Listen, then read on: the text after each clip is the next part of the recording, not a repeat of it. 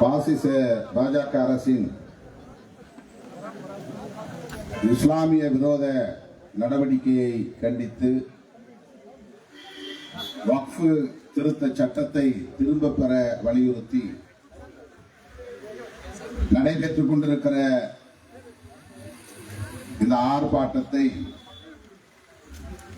தலைமை வகித்து சிறப்பித்துக் கொண்டிருக்கிற சென்னை மாவட்ட செயலாளர்கள்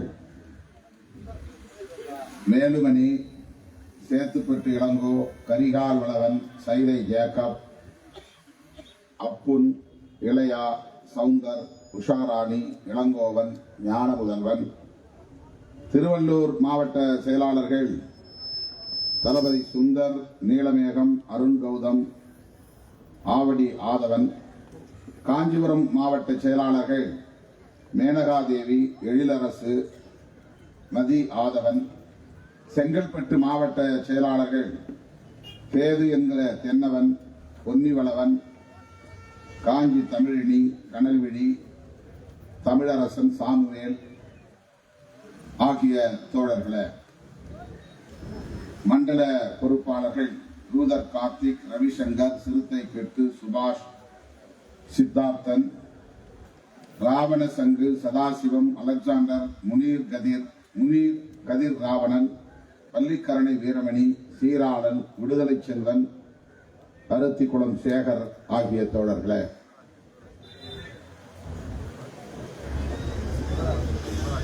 சிவராஜ் உள்ளிட்ட தோழர்களே, அனைவரையும் வரவேற்று உரையாற்றி சிறப்பித்திருக்கிற வழக்கறிஞர் சாரநாத் அவர்களே,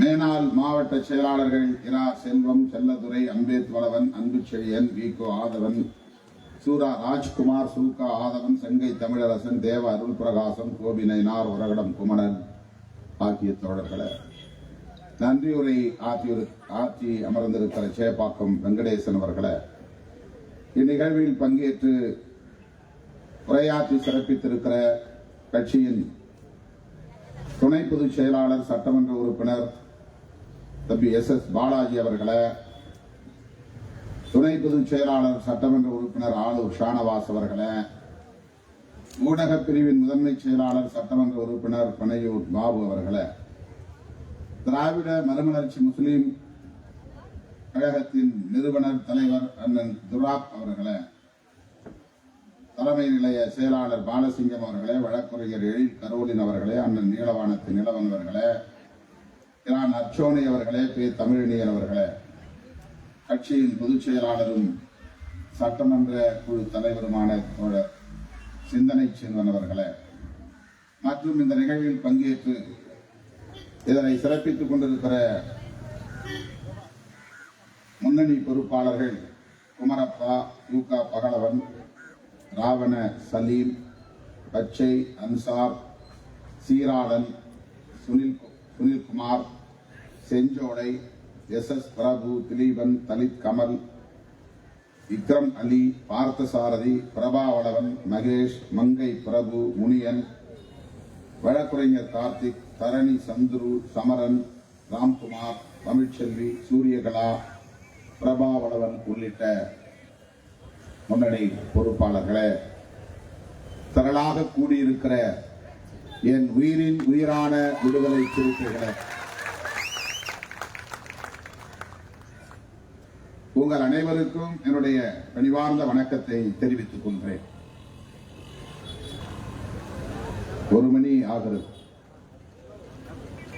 வழியிலே இன்னொரு போராட்டத்தில் பங்கேற்று வாழ்த்து விட்டு இங்கே வர சற்று காலத்தாழ்வு நேர்ந்து விட்டது.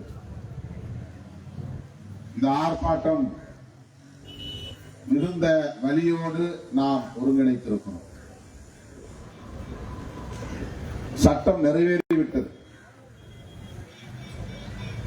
நிறைவேற்றப்பட்ட சட்டத்தை திரும்ப பெற வேண்டும் என்ற கோரிக்கையை முன்னிறுத்தி தமிழ்நாடு முழுவதும் அனைத்து மாவட்ட தலைநகரங்களிலும் இந்த ஆர்ப்பாட்டத்தை நாம் ஒருங்கிணைத்திருக்கிறோம். இதை அறிமுகப்படுத்துகிற போதே நாம் கடுமையாக நாடாளுமன்றத்தில் எதிர்த்தோம். விடுதலை சிறுத்தைகள் கட்சி மட்டுமல்ல, இந்தியா கூட்டணியை சார்ந்த அனைத்து கட்சிகளும், காங்கிரஸ் பேரியக்கம், இடதுசாரி கட்சிகள், திராவிட முன்னேற்ற கழகம், திரிணாமுல் காங்கிரஸ் என்று இந்தியா கூட்டணியில் இடம்பெற்றுள்ள இந்திய யூனியன் முஸ்லீம் லீக் உள்ளிட்ட அனைத்து கட்சிகளும் மிக கடுமையாக எதிர்த்தோம். கடந்த ஆகஸ்ட் மாதம் இதை அறிமுகப்படுத்தினார்கள். 2024 ஆகஸ்ட். இந்த கடுமையான எதிர்ப்பை அவர்கள் எதிர்பார்த்திருந்தார்கள், ஆளும் கட்சியை சார்ந்தவர்கள். ஆகவே அடுத்து நாம் விடுத்த கோரிக்கையை ஏற்று உடனடியாக நாடாளுமன்ற கூட்டு குழுவை அமைத்தார்கள். மக்களவை, மாநிலங்களவை இரண்டு அவைகளில் இருந்தும் குறிப்பிட்ட சில நாடாளுமன்ற உறுப்பினர்களை கொண்ட ஒரு குழு, joint action committee, joint parliamentary committee, நாடாளுமன்ற கூட்டுக்குழு. அதற்கு பாரதிய ஜனதா கட்சியை சார்ந்த மூத்த உறுப்பினர் ஜெகதாம்பிகா பால் என்பவர் தலைவராக நியமிக்கப்பட்டார். அந்த நாடாளுமன்ற கூட்டுக்குழுவிலே எதிர்கட்சிகளை சார்ந்த உறுப்பினர்களும் கருத்து சொல்ல உரிமை உண்டு, எதிர்ப்பு தெரிவிக்க உரிமை உண்டு. ஆனால் அந்த கூட்டுக்குழு எதிர்கட்சிகளை சார்ந்த உறுப்பினர்களின் கருத்துக்களை ஒரு பொருட்டாக எடுத்துக் கொள்ளவில்லை. அவர்கள் முன்மொழிந்த திருத்தங்களை ஏற்கவில்லை. அவருடைய எதிர்ப்பு கருத்துக்களை பதிவு செய்யவே இல்லை. பல நேரங்களில் அவர்களை அந்த அமர்வில் இருந்து சட்டமன்றத்தில் வெளியேற்றுவது போல் வெளியேற்றியும் விட்டார்கள். ஆகவே அந்த கூட்டுக்குழு பொருளற்றதாகிவிட்டது. ஆனாலும் ஆளுங்கட்சிக்கு ஆதரவான உறுப்பினர்களை கொண்டு சில திருத்தங்களை பரிந்துரைகளாக வைத்து அதன் அடிப்படையிலே அந்த சட்ட திருத்தத்தை அல்லது அந்த திருத்த சட்டத்தை மீண்டும் நாடாளுமன்றத்தின் அவையிலே கொண்டு வந்து விவாதித்து நிறைவேற்றி இருக்கிறார்கள். இதைத்தான் அவர்கள் செய்ய போகிறார்கள் என்பது எதிர்க்கட்சிகளுக்கும் தெரியும். எதிர்க்கட்சிகள் இப்படியெல்லாம் எதிர்ப்பார்கள், எதிர்த்து பேசுவார்கள் என்பது ஆளுங்கட்சிக்கும் தெரியும். நாடாளுமன்ற ஜனநாயகத்தின்படி விரிவாக விவாதிக்க பெற்று பெரும்பான்மை அடிப்படையில் நிறைவேற்றப்பட்டுவிட்டது. அதனால்தான் நான் நாடாளுமன்றத்தில் பேசுகிற போது சொன்னேன், ஜனநாயகத்தை கொல்லுவதற்கு ஜனநாயகத்தையே பயன்படுத்துகிறார்கள். ஒரு ஜனநாயக படுகொலையை ஜனநாயகத்தின் பெயரால் நிகழ்த்தி இருக்கிறார்கள் என்று சொன்னேன். அதாவது எல்லாம் விவாதிக்கப்படுகிறது, நாடாளுமன்ற கூட்டுக்குழுவும் அமைக்கப்படுகிறது, எதிர்க்கட்சிகள் உறுப்பினர்களாக நியமிக்கப்படுகிறார்கள், எதிர்க்கட்சிகளை சார்ந்த உறுப்பினர்கள் அந்த குழுவின் உறுப்பினர்களாக நியமிக்கப்படுகிறார்கள், அவர்கள் எதிர்ப்பும் தெரிவிக்கிறார்கள். இவையெல்லாம் அனுமதிக்கப்படுகிறது, அது ஜனநாயக உரிமை. ஆனால் இறுதியில் ஜனநாயகம் படுகொலை செய்யப்படுகிறது. ஆக ஜனநாயகத்தின் பெயரால் ஜனநாயகம் படுகொலை செய்யப்பட்ட ஒரு நிகழ்வுதான் வக்ஃப் திருத்த சட்ட நிறைவேற்றம் ஆகும். அந்த கூட்டுக்குழு அறிக்கையை அவர்கள் ஏற்றுக்கொண்டு அதன் அடிப்படையில் சில திருத்தங்களையும் வைத்து என்ன அவர்கள் நினைத்தார்களோ அதை அப்படியே நிறைவேற்றிவிட்டார்கள். 8 மணி நேர விவாதம் என்று முடிவு செய்தார்கள். ஆனால் 13 மணி நேரத்திற்கு மேலாக விவாதங்கள் நடந்தன. எந்த அளவுக்கு ஆளுங்கட்சி நமக்கு ஜனநாயகத்தை அனுமதிக்கிறது என்று நாம் பிரமிக்கத்தக்கக்கூடிய வகையில் எதிர்க்கட்சிகளை எல்லாம் பேச அனுமதித்தார்கள். ஆக ஜனநாயகத்தை அவர்கள் மதிக்கிறார்கள். ஆனால் இறுதியில் என்ன? ஜனநாயகம் படுகொலை செய்யப்பட்டு விட்டது. ஆக ஜனநாயகத்தின் பெயரால் ஜனநாயகத்தை படுகொலை செய்வதுதான் புதிய பாசிசம். அதுதான் நியூ பாசிசம், நவீன பாசிசம் என்று நாம் சொல்லுகிறோமே, அதுதான் இது. சட்டத்தின் பெயரால் சட்டவிரோத செயலை செய்வது. வக்ஃப் திருத்த சட்டம் நிறைவேற்றப்பட்டு விட்டது, இது ஒரு சட்டம். ஆனால் இந்த சட்டத்தின் பெயரால் அரசமைப்பு சட்டத்திற்கு விரோதமாக செயல்படுவது. அரசமைப்பு சட்டம் என்ன சொல்லுகிறது? செகுலரிசம், மத சார்பின்மையை சொல்லுகிறது. மத சார்பின்மை என்றால் என்ன பொருள்? அரசு அதிகாரத்தை பயன்படுத்தி ஒரு மதத்திற்கு ஆதரவாகவோ அல்லது ஒரு மதத்திற்கு எதிராகவோ செயல்படக்கூடாது என்பதுதான் மத சார்பின்மை. ஒரு தனிநபர் மத சார்பை செய்ய முடியும். நான் ஒரு இந்து மதத்திற்கு ஆதரவாக செயல்பட முடியும் என்பது தனிநபருக்கான உரிமை. அவர் மதம் சார்ந்து இயங்கலாம், அதை இந்த சட்டம் அனுமதிக்கிறது. ஆனால் அரசு, மக்களால் தேர்ந்தெடுக்கப்பட்ட இந்திய அரசு, இந்திய ஒன்றிய அரசு ஒரு மதத்திற்கு சாதகமாகவோ இன்னொரு மதத்திற்கு எதிராகவோ செயல்படக்கூடாது என்பதுதான் மத சார்பின்மை. ஆனால் இந்த திருத்த சட்டம் என்ன செய்கிறது? இஸ்லாமிய சமூகத்தின் சொத்து நிர்வாகத்தில் தலையீடு செய்கிறது. அதை கையகப்படுத்துகிறது சட்டத்தின் பெயரால். ஆக்கிரமிப்பு செய்கிறது சட்டத்தின் பெயரால்.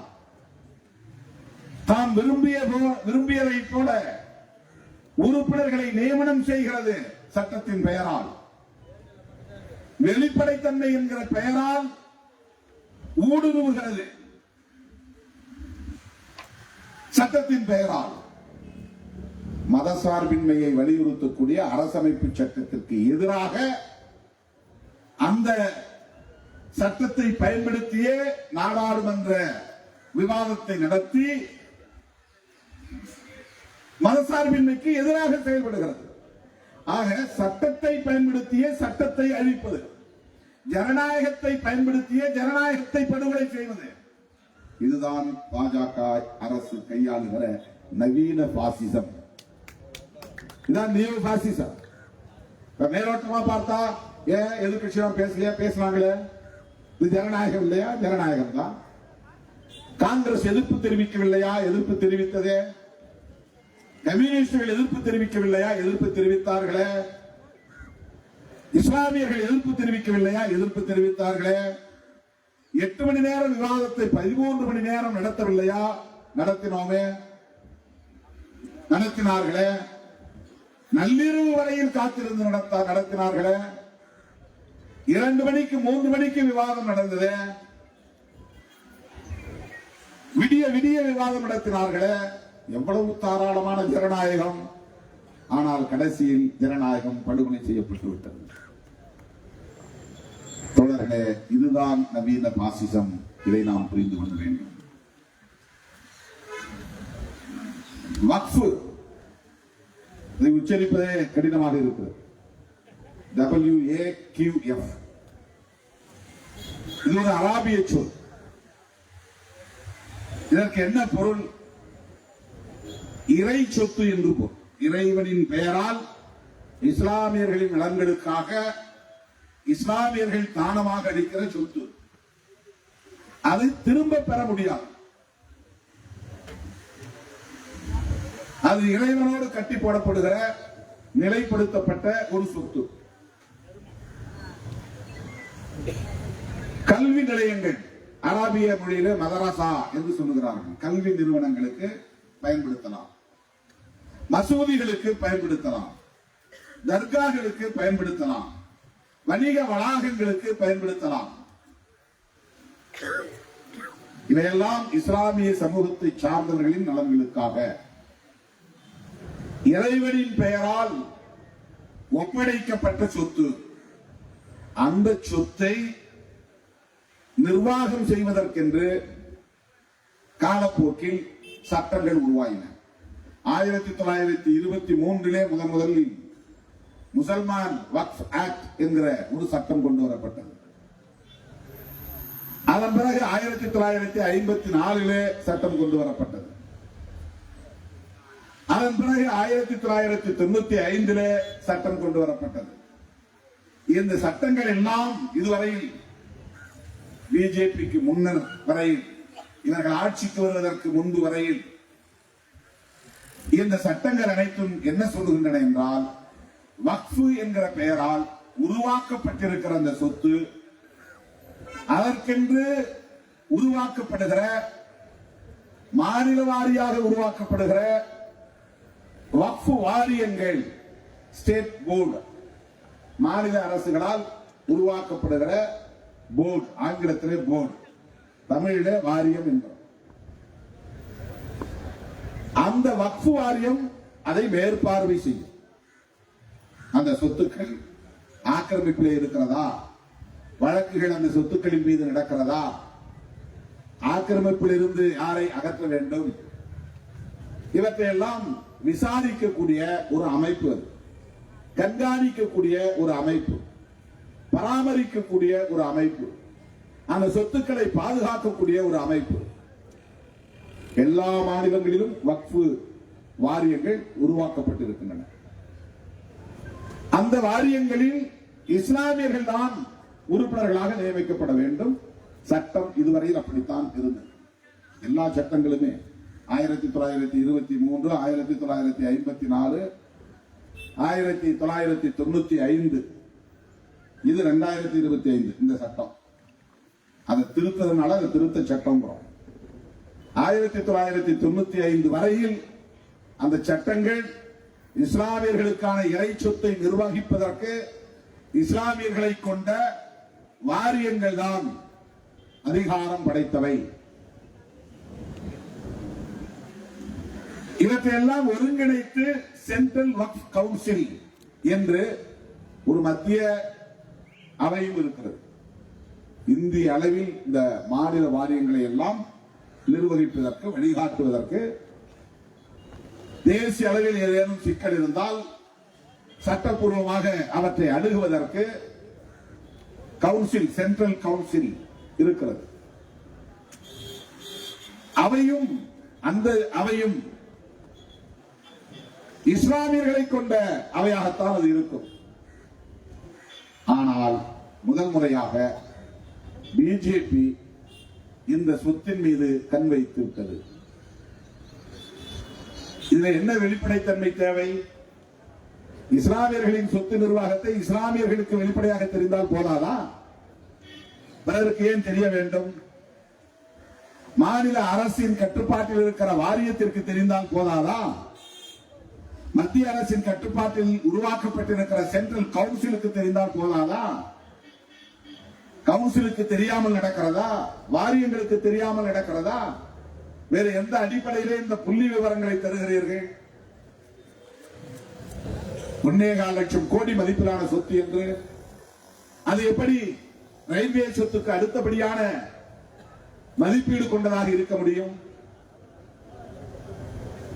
திட்டமிட்டு அவர்களே பரப்புகிறார்கள். இவ்வளவு சொத்தா முஸ்லிம்களின் கட்டுப்பாட்டில், இதெல்லாம் அவர்கள் நிர்வாகம் செய்கிறார்களா என்று பிற மதங்களை சார்ந்தவர்களுக்கு இஸ்லாமியர் மீது ஒரு வெறுப்பு ஏற்பட வேண்டும் என்ற உள்நோக்கத்தோடு இது திட்டமிட்டு பரப்பப்படுகிறது. பிற மதங்களை சார்ந்தவர்களுக்கு, கிறிஸ்தவர்களாக இருந்தாலும் இந்துக்களாக இருந்தாலும், இந்த சொத்தை விட கூடுதலாக இல்லை என்பது உண்மையா? அதை ஒப்பீடு செய்வது எப்படி? உங்களிடத்தில் புள்ளி விவரம் இருக்கிறதா?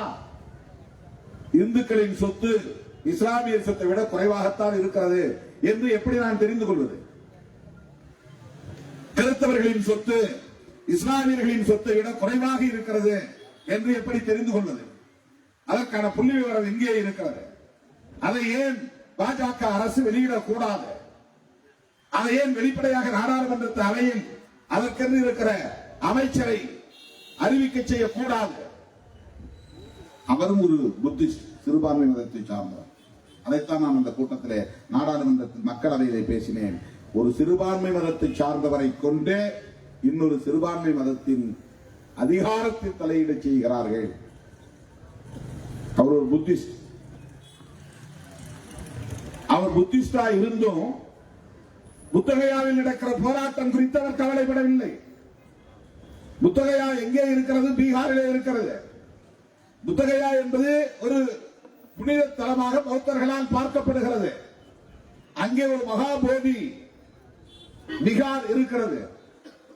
அந்த இடம் எதற்கு சிறப்பு பெயர் பெற்றது என்றால், புத்தர் நீண்ட காலமாக தவம் இருந்து பல இடங்களில் அமர்ந்து நாள் கணக்கிலே, மாத கணக்கிலே, வருட கணக்கிலே கூட ஒரே இடத்தில் உட்கார்ந்து தவம் செய்தும் அவருக்கு ஞானம் கிட்டவில்லை. அவர் என்லைட்மெண்ட் ஆகல. சோறு தண்ணீர் குடிக்காமல் கூட தவம் இருந்திருக்கிறார். எலும்பும் தோலுமாய் இழைத்து போனார். அப்படி ஒரு உருவம் இருக்கிறது புத்தருடைய உருவம். அப்போதும் அவருக்கு ஞானம் பிறக்கவில்லை. பிறகு அந்த தவத்தை கலைத்து விட்டு வெளியேறுகிறார். இந்த மாதிரி உடலை வருத்தி தவம் இருப்பதால் எந்த பயனும் இல்லை என்று சொல்லுகிறார். பட்டினி கிடப்பதால், தண்ணீர் அருந்தாமல் தியானம் இருப்பதால் ஞானம் கிடைக்காது என்று மறுபடியும் உணவை எடுத்துக்கொண்டு ஆரோக்கியமாகிறார். இனி பட்டினியும் அப்படி கிடக்கக்கூடாது, எந்த நேரமும் தின்று கொழுக்க கூடாது, இடைநிலையில் இருந்து தியானத்தை மேற்கொள்ள வேண்டும் என்று முடிவெடுத்து நடந்தே பீகார் பக்கம் போகிறார். பீகாரிலே இருக்கிற ஒரு இடம்தான் புத்தகையா. அங்கே போய் ஒரு மரத்தின் அடியிலே அமர்ந்து அவர் தவம் இருக்கிற போது அவர் ஞானம் பெற்றார் என்று சொல்லப்படுகிறது. அவர் ஞானம் பெற்ற சிறப்பு தலம்தான் புத்தகையா என்று. அந்த கோவில் நாடு விடுதலை அடைவதற்கு முன்பே கட்டப்பெற்று உலக புகழ் பெற்ற ஒரு விகார். அப்போது ஒரு நிர்வாக கமிட்டி உருவாக்கப்பட்டது. அந்த நிர்வாக குழுவிலே அப்ப பிஜேபி இல்ல. பிரிட்டிஷ் ஆட்சி காலத்தில் 1930களில் 40களில் நாடு விடுதலை பெறுவதற்கு முன்பே உருவாக்கப்பட்ட அந்த குழுவில் புத்தர்களை விட பௌத்தர் அல்லாதவர்களின் எண்ணிக்கை அதிகமாக இருக்கிறது. அந்த கமிட்டியில குறிப்பா பிராமணர்கள், பிராமின்ஸ். இன்றைக்கும் அதுதான் நீடிக்கிறது. புத்தர்களுக்கான கோவில், அந்த பௌத்த விகாரை நிர்வாகம் செய்யக்கூடிய கமிட்டி, அதிலே பௌத்தர் அல்லாதவர்கள் எண்ணிக்கை அதிகமாக இருக்கு உறுப்பினர்கள். அதற்காக பௌத்த பிக்குகள் தொடர்ந்து போராட்டத்தில் ஈடுபட்டு வருகிறார்கள். உண்ணாநிலை அறப்போராட்டத்தில் ஈடுபட்டு வருகிறார்கள். அதை பற்றி பாராளுமன்ற விவகாரத்துறை அமைச்சராகவும் சிறுபான்மை மதத்தை சார்ந்தவர்களுக்கான நலத்துறை அமைச்சராகவும் இருக்கிற கிரண் ரிஜிஜு, அவர் பேர் ரிஜிஜு, அவர் அதை பற்றி கவலைப்படுகிறார். ஆனால் நானும் தொடர் ரவிக்குமார் அவர்களும் ஒரு முறைக்கு 2 முறை சட்டத்துறை அமைச்சராக இருக்கிற அர்ஜுன் மெக்வால் அவர்களை போய் நேரிலே பார்த்தோம். அவரும் ஒரு தலித், ஆனால் அவர் RSS வளர்ப்பு. பிஜேபி IAS ஆக இருக்கிற போதே RSS தன்னை ஈடுபடுத்திக் கொண்டவர். RSS மாணவர் ABVP மாணவர் இயக்கத்திலிருந்து வளர்ந்தவர். 8 முறையோ 9 முறையோ MP-யாக தேர்ந்தெடுக்கப்பட்டவர். தொடர்ந்து அமைச்சராக இருப்பவர். அவர் சட்டத்துறை அமைச்சராக இருப்பதனால் அவரை 2-3 முறை நேரிலே போய் பார்த்து அதற்கென்று இருக்கிற ஒரு குழுவினரையும் உத்தரப்பிரதேசத்திலிருந்தும் மகாராஷ்டிராவிலிருந்தும் வந்தவர்களை அழைத்துக் கொண்டு போய் பார்த்தோம். ஒரு வாரத்தில் இந்த பிரச்சனையை நான் செட்டில் பண்றேன்னு சொன்னாங்க. 1 மாசம் ஆச்சு. இன்னும் புத்தகையாவில் போராட்டம் தொடர்கிறது. அது என்ன பிரச்சனை என்றால், இன்றைக்கு இஸ்லாம் மதத்தின் சொத்து நிர்வாகத்தை நடைமுறைப்படுத்துவதற்கான சட்டம் என்ன சொல்லுகிறதோ அது ஏற்கனவே பௌத்த மதத்தின் மீதும் அந்த தாக்குதல் நடத்தப்பட்டிருக்கிறது. பௌத்தர் அல்லாதவர்கள் உறுப்பினர்களாக இருக்கிறார்கள், பிராமணர்கள் உறுப்பினர்களாக இருக்கிறார்கள். அந்த பௌத்த விகாருக்குள்ளே போனால் ஒரு இந்து கோவிலுக்குள் நுழைவதை போல் இருக்கிறது. நான் போயிட்டு வந்தாங்க. இந்து கோவில்களில் என்ன வகையான பூஜை புனஸ்காரங்கள் செய்யப்படுகின்றனவோ செய்யப்படுகிறது. ஏன்னா நிர்வாகம் பிராமணர்களின் கட்டுப்பாட்டில் இருக்கிறது. இந்துக்கள் பெரும்பாலும் புத்தர் சிலையை வைத்திருப்பார்கள். வீட்டுக்குள்ள போனீங்கன்னா அது புத்தர் சிலை இருக்கும். அது திருஷ்டி கழிக்கிறதுக்காக வச்சிருக்கிறாங்க. லாபிங் புத்தான்னு ஒன்று வச்சிருப்பாங்க, சிரிக்கிற புத்தர். அது வச்சா நிறைய குபேரன் ஆகிடலாம், சொத்து சேர்க்கலாங்கிறதுக்காக வச்சிருக்கிறாங்க. பௌத்த கொள்கைக்காக கிடையாது. அவர்களின் நம்பிக்கை புத்தரே மகாவிஷ்ணுவின் அவதாரம் தான். எனவே பௌத்த மதமே இந்து மதத்தின் ஒரு கிளைதான். அதனால்தான் பௌத்தத்திற்கு மாறினாலும் இடஒதுக்கீடு உண்டு. அரசமைப்பு சட்டத்திலே திருத்தம் கொண்டு வந்து பௌத்த மதம் இந்து மதத்தின் ஒரு கிளை, எனவே பௌத்தத்திற்கு மாறினாலும் உங்களுக்கு இடஒதுக்கீடு உண்டு என்று அனுமதித்திருக்கிறார். பௌத்தத்தை சுதந்திரமாக இயங்க விடாமல் இந்து மதத்தின் ஒரு கிளையாகிவிட்டார்கள், ஆக்கிவிட்டார்கள். மகாவிஷ்ணுவின் அவதாரம் என்ற புராண கதைகளை அப்படியே அவர்கள் இன்றைக்கு ஏற்றுக்கொண்டு அதை சட்டப்பூர்வமாகவும் இந்து மதத்தின் கிளையாக மாற்றிவிட்டார்கள். பௌத்தத்துக்கு நீ மாறினாக்க உன்னை ஒண்ணுமே கண்டு மாட்டான், வாங்க தொடரும். ஏன்னா அரசமைப்பு சட்டமே பௌத்தத்தை இந்து மதத்தின் கிளை என்று ஏற்றுக்கொண்டதாக. அதனால நான் சட்டமன்றத்தில் பேசும்போது சொன்னேன், அவங்களுக்கு தனி சட்டம் வேண்டும், பர்சனல் லா. அதை இந்து மேரேஜஸ் ஆக்டோட அவங்க இணைச்சு வச்சிருக்கிறாங்க. இந்து மதத்தினுடைய சட்டங்கள் தான் பௌத்தர்களாக இருப்பவர்களுக்கும் பொருந்தும், பர்சனல் லா இல்ல.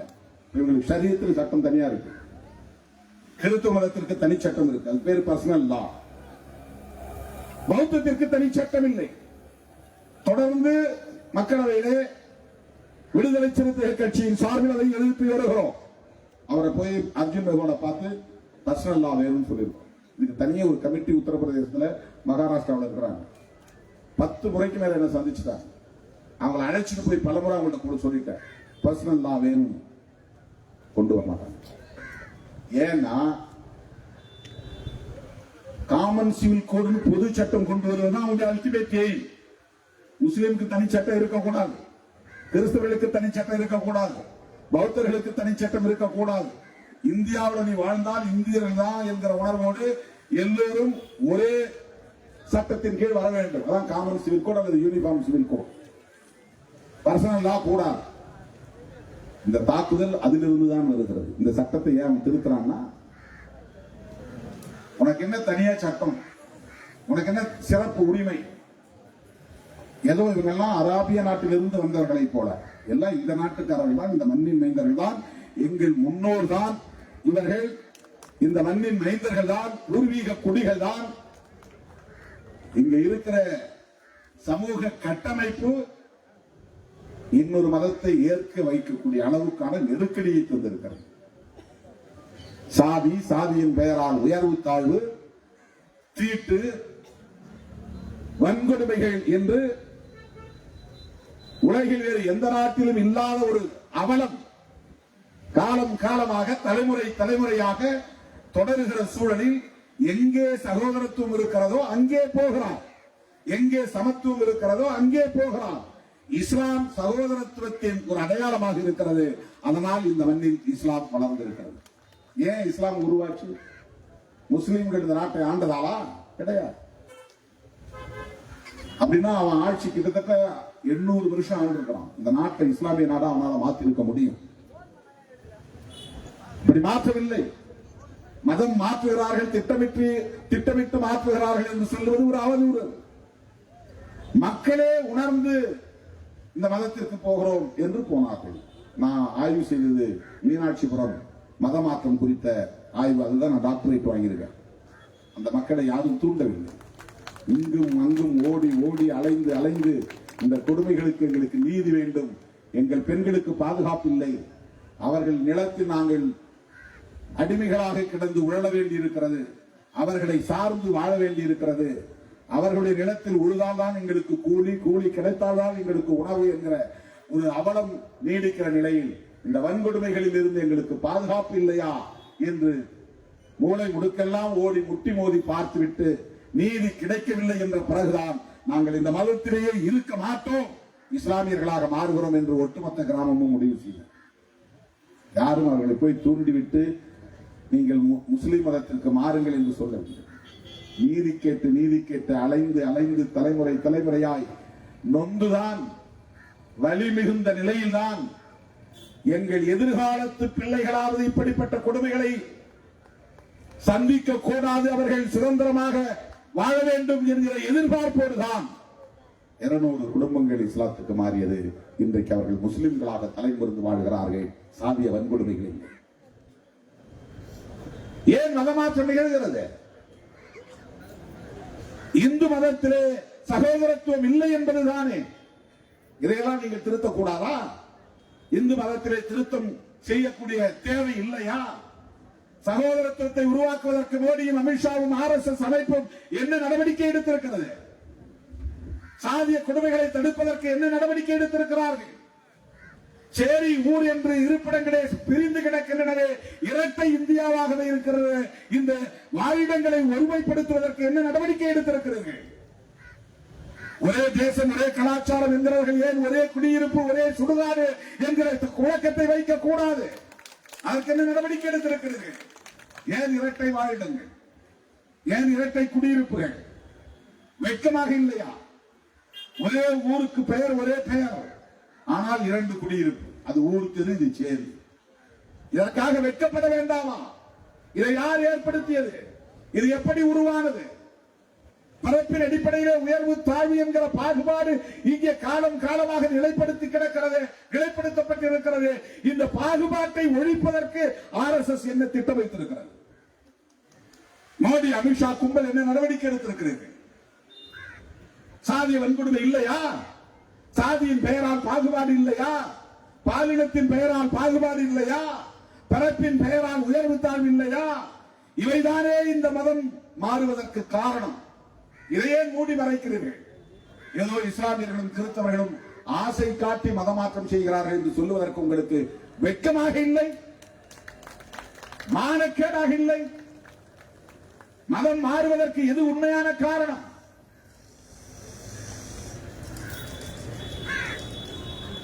மதம் மாறியவர்கள் அனைவரும் இன்றைக்கு இங்கே இஸ்லாமியர்களாக இருக்கிறார்கள் என்றால் அவர்கள் அனைவரும் மண்ணின் மைந்தர்களை தவிர அராபியர்கள் இல்லை.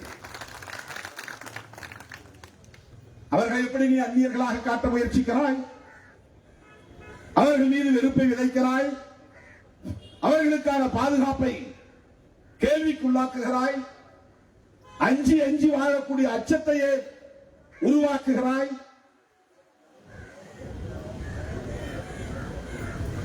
மேலவர்களை படுகொலை செய்தவன் யார்? ஒரே சமூகத்தை சார்ந்த இந்துக்கள் தானே. மேல் பாதியில் நுழையக்கூடாது என்று சொல்லுகிறவன் யார்? கோவிலுக்குள்ளே நுழையக்கூடாது என்று சொல்லுகிறவன் யார்? ஒரே மதத்தை சார்ந்தவர்கள் தானே. இதற்கு என்ன பிஜேபி நடவடிக்கை எடுத்தது? அந்த கோவிலுக்குள்ளே அழைத்து போகிறேன் வாருங்கள் இந்துக்களே என்று என்றைக்காவது நீ ஒரே ஒரு போராட்டம் நடத்தியதுண்டா?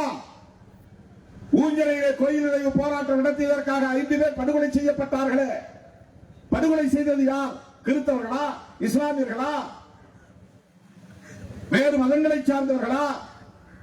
கொலை செய்யப்பட்டவனும் இந்து, கொன்றவனும் இந்து தானே.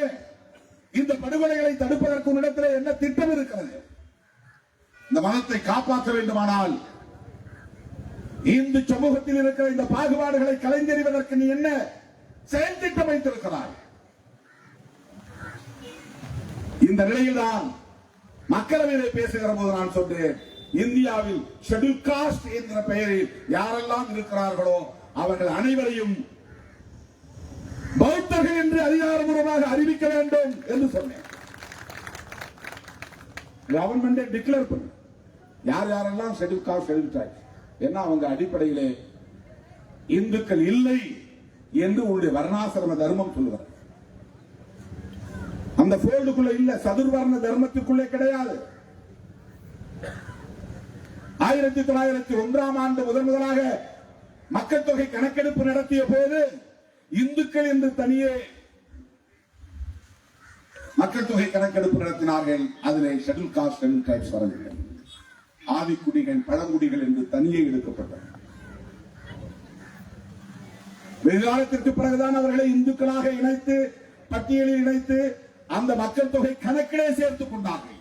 நீ இந்துக்கள் பெரும்பான்மை என்று காட்டுவதற்காக மட்டும்தான் ஷெட்யூல் காஸ்ட் ஷெட்யூல் ட்ரைப்ஸ் ஆகிய மக்களை அந்த சமூகத்தை சார்ந்தவர்களை பட்டியலில் வைத்திருக்கிறார். ஆனால் இந்து மதத்தின் உரிமைகளை அனுபவிப்பதற்கு அவர்களுக்கு எந்த பாதுகாப்பும் இல்லை. கோயில் என்றால் தனி கோயில், பொதுவான கோயிலுக்குள் இவர்கள் நுழைய முடியாது. கிராமப்புறங்களில் இருக்கிற எந்த கோவிலில் தலித்தில் உள்ளே நுழைய முடியும்? ஏன் இங்கே மதமாற்றம் நிகழாது? மதமாற்றம் நிகழ்வதற்கு எது காரணம்? அந்நியர்களா? அந்நிய நாடுகளில் இருந்து வருகிற பணமா? கோதுமை போன்ற உணவா? துணிமணிகளா? இதை சொல்லுவதற்கு உங்களுக்கு கொஞ்சம் கூட மனசாட்சி இல்லையா? கோதுமைக்காக ஒருவன் மதம் மாறி விடுவானா? துபாய்க்கு போக வேண்டும் என்பதற்காக ஒருவன் மதம் மாறிவிட முடியுமா? வன்கொடுமைகளில் இருந்து தப்பிக் கொள்வதற்காக, எதிர்கால வாரிசுகளை பாதுகாக்க வேண்டும் என்பதற்காக முன்னோர் எடுத்த முடிவு.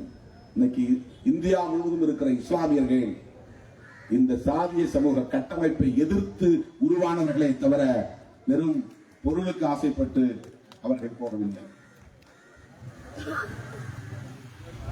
அப்படிப்பட்ட இந்த மண்ணின் மைந்தர்களை அந்நியர்களை போல சித்தரித்து அவர்களுக்கு எதிரான வெறுப்பை இவர்கள் விதைப்பது யாருக்காக? இந்த பின்னணியை தெரிந்து கொள்ள வேண்டும். இந்த சட்டம் கிடக்கு. அமித்ஷா சொல்றார், 2000 இன்னும் 30 ஆண்டுகளுக்கு நாங்கள் ஆட்சியில் இருப்போம். 30 ஆண்டுகளுக்கு பிறகு நீ இருக்க மாட்டேங்கிற உண்மையை ஒத்துக்கொள்கிறாயா இல்லையா? ஒண்ணு உனக்கு சாஸ்வதம் இல்லையே, நிலையானது இல்லையே. 30 வருஷம் இரு, 30 வருஷத்துக்கு பிறகு உன் கொட்டம் ஒடுங்கும். 400 ஆண்டு கால பழமை வாய்ந்த பாபர் மசூதியை நீ இடித்து தரைமட்டமாக்குகிற போது இந்த 30-40 ஆண்டு கால ஆட்சியை நீ செய்த அநியாயத்தை, அநீதியை அழித்தொழிக்க முடியாதா? அப்புறம் வந்தால் எங்கள் வாரிசில் வருவார்கள், நீ போட்ட சட்டத்தை தூக்கி எறிவார்கள், புதிய சட்டம் கொண்டு வருவார்கள். இதெல்லாம் மாற்ற முடியாத ஒன்றா? இதே பெரும்பான்மைவாதத்தை பயன்படுத்தி அடுத்து வரக்கூடிய ஆட்சியாளர்கள் இந்த சட்டத்தை தூக்கி எறிவதற்கு எவ்வளவு நேரம் ஆகும்? என்ன 20-30 வருஷம் நீனே முடிவு பண்ணிட்ட. 30 வருஷம் 30 வருஷங்கிற கண்ணை மூடி கண்ணதில் போயிடும். நாங்க இல்லாம இருப்போம், ஆனால் இங்க வாரிசுகள் இருப்பார்கள், சிறுத்தைகள் இருப்பார்கள், சமூக நீதி போராளிகள் இருப்பார்கள், ஜனநாயக சக்திகள் இருப்பார்கள், முற்போக்கு சக்திகள் இருப்பார்கள், இடதுசாரி சிந்தனையாளர்கள் இருப்பார்கள், சமத்துவத்தை விரும்பக்கூடியவர்கள் இருப்பார்கள். நீ ஒரு டேட் பிக்ஸ் பண்ணிட்ட, 30 வருஷம் தான், அவ்வளவுதான் இருக்காங்க. அடுத்த தேர்தலை தூக்கி எறிவார்கள் மக்கள். உங்களுக்கு ஆசை என்ன 30 வருஷம் நாட்டை ஆளணும்? நீ நாட்டை 30 வருஷம் ஆண்டு பார், அரசமைப்பு சட்டத்தை தூக்கி எறிந்து பார், இந்த நாட்டின் பெயரை கூட மாற்றி பார். நீ என்னென்ன வழிமுறைகளை எல்லாம் கையாண்டு பல தலைமுறைகளாக இங்கே நிலைப்படுத்தப்பட்டிருந்த சமூக நீதியை அழித்தொழித்தாயோ அதே வழிமுறைகளை பின்பற்றி இந்த அநீதிகளை அழித்தொழிப்போம். அது ஒன்றும் முடியாதது அல்ல. இந்த சட்டத்தில் என்னென்ன ஓட்டை உடைசல் இருக்கின்றன என்ற அநீதி இருக்கின்றன என்பதையெல்லாம் நமக்கு முன்னால் பேசிய தோழர்கள் பேசிவிட்டார்கள். அதை திரும்ப திரும்ப சொல்ல வேண்டிய அவசியம் இல்லை. அவர்களின் நோக்கம் என்ன? இஸ்லாமியர்களை பலவீனப்படுத்துவது. இஸ்லாமியர்களை என்னென்ன வகையில் எல்லாம் பலவீனப்படுத்த முடியுமோ எல்லா வகையிலும் பலவீனப்படுத்துகிறார்கள். போஸ்ட் மெட்ரிக் ஸ்காலர்ஷிப் ஒன்று இருக்கு. இஸ்லாமியர்களுக்கு கொடுத்துட்டு வந்த அந்த கல்வி உதவித்தொகையை ஆண்டுக்கு ஆண்டு கொஞ்சம் கொஞ்சமாக குறைத்து இப்போது போஸ்ட் மெட்ரிக் ஸ்காலர்ஷிப் எண்ணமே இல்லாத அளவுக்கு ஆக்கிவிட்டார்.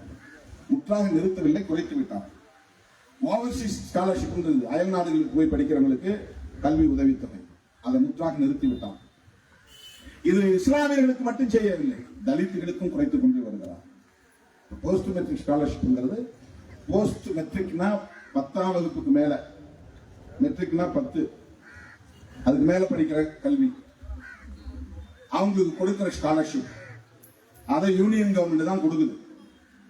ஸ்டேட் கவர்மெண்ட் கொஞ்சம் அதை இணைச்சு கொடுக்குறாங்க. ஆனா இப்போ எடப்பாடி அவர்கள் முதல்வராக இருந்த போது நாங்க போய் பார்த்தோம். நானும் ரவிக்குமார் அவர்கள் ஒரு மனு கொடுத்தோம். நாங்க அங்க போய் நிர்மலா சீதாராமனை பார்த்தோம். ஸ்டேட் கவர்மெண்ட் ஒத்துழைக்கல, அவங்க சரியான விவரத்தை எங்களுக்கு கொடுக்க மாட்டேங்கிறாங்க.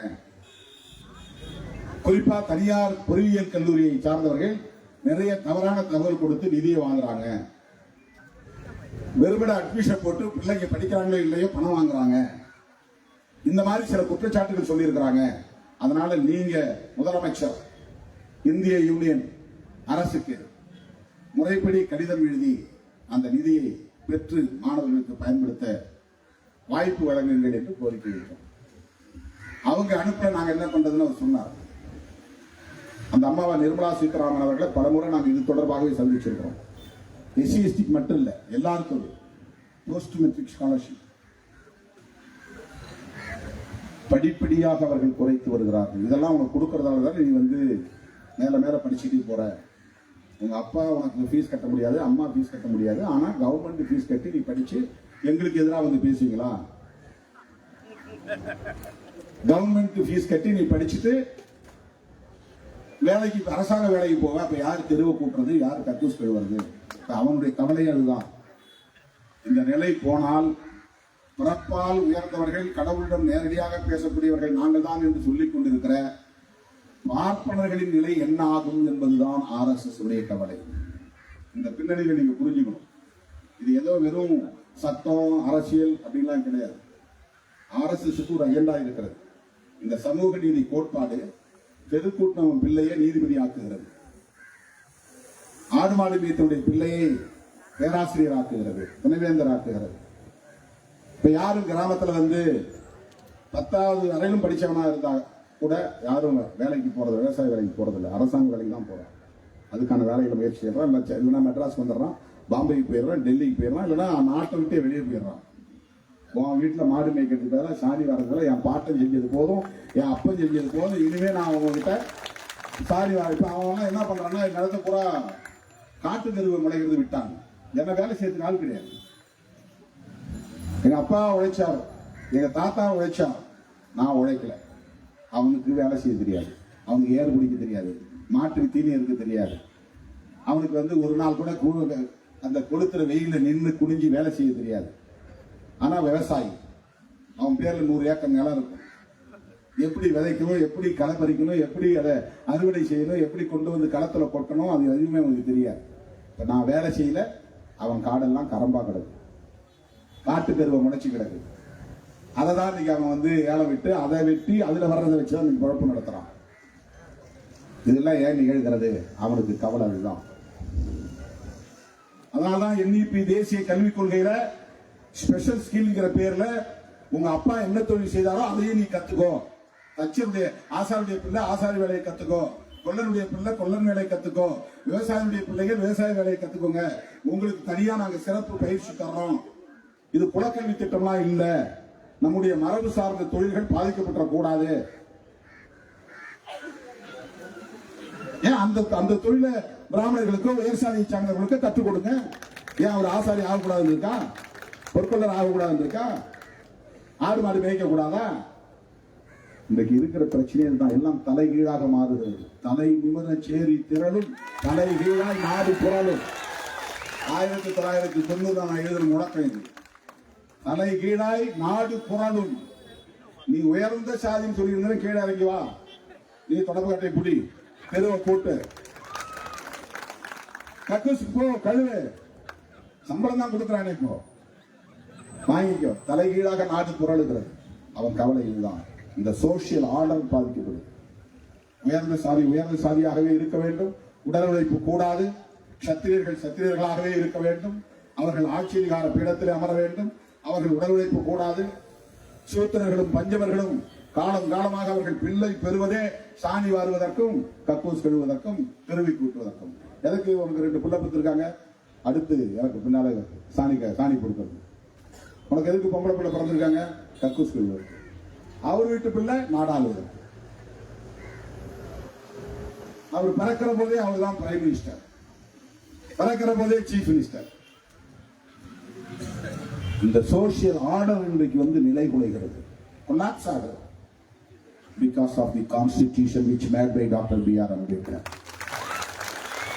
புரட்சியாளர் அம்பேத்கர் அவர்களால் உருவாக்கப்பட்ட அரசமைப்பு சட்டம் இந்த நாட்டை தலைகீழாக புரட்டி போட்டுக் கொண்டிருக்கிறது. எனவே இந்த சமூக ஒழுங்கை பாதுகாக்க வேண்டியது அவர்களின் முக்கியமான சவாலாக மாறிவிட்டது.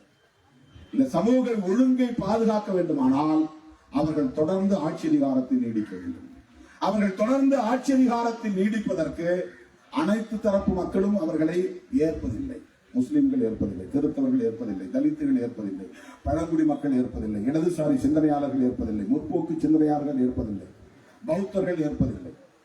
அவனுக்கு கவலையா எப்படி ஆட்சியை பிடிக்கிறது, பிடித்த ஆட்சியை எப்படி தக்க வைத்துக் கொள்வது? பெரும்பான்மைவாதம், மெஜாரிட்டேரியனிசம்,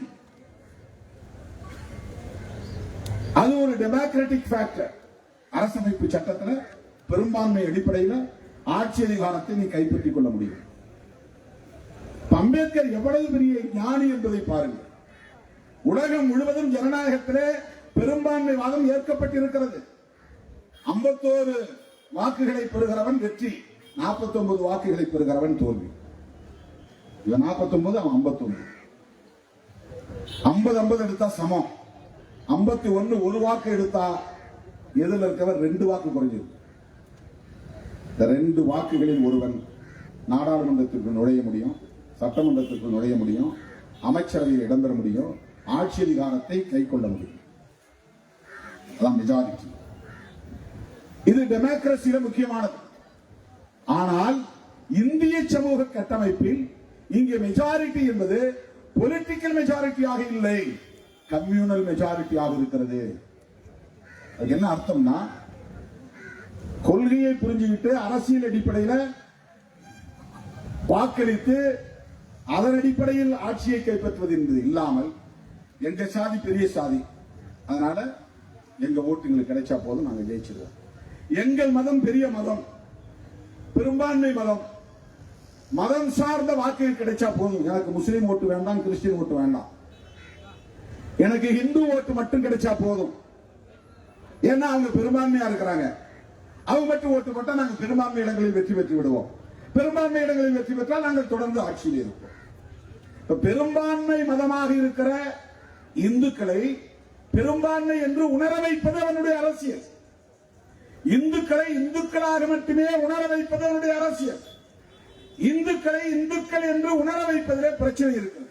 என்ன பிரச்சனை இருக்கிறது என்றால், இவன் சாதியாய் பிளவுண்டு கிடக்கிறான், ஒத்துமைப்படுத்த முடியல. அப்ப யாருக்கு எதிராக இவனை திருப்ப முடியும்? இந்த காந்தி காங்கிரஸ் கட்சியினுடைய தலைமையில் ஒரு போராட்டத்தை நடத்துகிற போது வெள்ளையர்களை எதிர்த்து இந்தியர்களை ஒருங்கே திரட்ட, அவன் அந்நியன், பிரிட்டிஷ்காரன், அவனை விரட்ட வேண்டும், அவன் பொருளை வாங்காதே, நாம் உற்பத்தி செய்த நம்முடைய பொருளையே வாங்கு என்று சுதேசி இயக்கத்தை எடுத்தார். சுதேசி என்றால் நம்முடைய பொருளை நாமே வாங்குவது, விதேசி என்றால் அந்நியன் கொண்டாந்து இந்த துணியை இங்கிருந்து பருத்தி வாங்கிட்டு போய் அங்க இருந்து துணியாக்கி சட்டை கொண்டாந்து நம்மகிட்ட விற்கிறான், வாங்காத, அவன் உற்பத்தி செய்யற பொருளை வாங்காதே, அவனுக்கு அதுல வரி போய் சேருது, நம்ம பொருளை நாமளே வாங்கணும், நாம் அனைவரும் இந்தியர்களாயிருப்போம். இதுதான் காங்கிரசும் காந்தியும் சொன்ன தேசியவாதம். நாம் அனைவரும் இந்துவா இருக்கலாம், முஸ்லீமா இருக்கலாம், கிறிஸ்தவனா இருக்கலாம், தமிழனா இருக்கலாம், மலையாளியா இருக்கலாம், தெலுங்கனா இருக்கலாம், உனக்கு வேற தாலி எனக்கு வேற தாலி, உனக்கு வேற பண்டிகை எனக்கு வேற பண்டிகை, உனக்கு வேற உணவு எனக்கு வேற உணவு, இது எல்லா வேறுபாடு இருக்கலாம். But be Indian buy Indian, இந்தியனா இருப்போம், இந்திய பொருளையே வாங்குவோம். இதுதான் காங்கிரசும் காந்தியும் சொன்ன தேசியவாதம். ஏன்னா வெள்ளைக்காரனை விரட்டுறதுக்கு பொது எதிரி. இப்போ பிஜேபி காரனுக்கு என்ன பிரச்சனைனா, அந்நியர்களை எதிரியா காட்ட முடியாது, ஏன்னா அவன் வெளியே போயிட்டான். இப்ப உள்ளுக்குள்ள யாரை எதிரியா காட்டுறது? அவனுக்கு கிடைச்ச ஒரே நோஞ்சாண்டி சமூகம், சிறுபான்மை சமூகம் முஸ்லீம் தான். இப்ப முஸ்லீமை எதிரியா காட்டுங்க பாருங்க. அவன் ஸ்கூல் பர்மிஷன் வாங்கணும்னா பெரிய கட்டுப்பாடு கிடையாது, மைனாரிட்டிஸ்க்கு ஒரு சட்டம் இருக்குது, அவன் டக்குன்னு ஒரு அப்ளை பண்ணா அவனுக்கு கிடைச்சிருக்கு. ஆனா உனக்கு கிடைக்கல, உனக்கு நிறைய கட்டுப்பாடு இருக்கு, நீ உடனே ஒரு ஸ்கூலை ஓபன் பண்ண முடியாது. அவனுக்கு அந்த மாதிரி ஸ்பெஷல் சிறப்பு சலுகை இருக்கு, அவன் மேல வெறுப்பு உருவாக்க. உன் சகோதரனை எல்லாம் அவன் ஆசை காட்டி மோசம் பண்ணி எல்லாத்தையும் கிறிஸ்தவனா அது முஸ்லீமா மாத்திட்டு இருக்கிறான், மதம் மாற்றம் செய்யறான்னு அவன் மேல வெறுப்பு விதைக்க. இந்துவாக்கு தான் திரட்ட முடியும். இங்க ஒரு பட்டாயை போட்டு மசூதிங்கிறான், அங்க பைபிள் குர்ஆனை படிக்கிறான், காலையில 5 மணிக்கே ஓதுறான், அப்புறம் 5 முறை ஒரு நாளைக்கு பாங்கு ஓதுறான். நம்ம வேலைகள்லாம் பாதிக்கப்படுது, அவனை ஓத விடாது. கிறிஸ்தவர்கள் அப்படிதான் வந்து திடீர்னு ஒரு வீட்டை பிடிச்சு அது வந்து ஒரு தேவாலயம் சொல்றான், மக்களை கூட்டி அல்லேலுயா அல்லேலுயா பாடுறான், பைபிளை கத்து கொடுக்கறான், வேற பாஷையில பேசுறான், இந்த மக்களை மயக்கிறான், அவங்களுக்கு எல்லாத்துக்கும் கோதுமை அது இதை கொடுத்து ஏமாத்துறான். இந்து உணர்வு அப்பதான் வரும். இப்ப இந்து உணர்வு வருவதற்காக இஸ்லாமியர்களையும் கிறிஸ்தவர்களையும் எதிரிகளாக்குகிறார்கள். எதிரிகளாக்குவதற்கு அவர்கள் கையாளக்கூடிய முக்கியமான 3 உத்தி. 1, மதமாற்றம் செய்கிறார்கள்.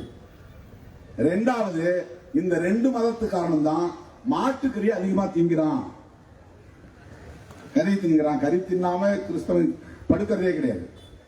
டெய்லி அவனுக்கு கறி வேணும். அதுவும் குறிப்பா மாட்டுக்கறி சாப்பிடறான். மாட்டுக்கறினா பசுக்கறி தான். முஸ்லீம் மதத்தை சார்ந்தவன் வேணும்னே பசுமாட்டை வாங்கி பசுவை கொள்றான். அது நமக்கு தாய் மாதா. அது நமக்கு தாய் மாதா.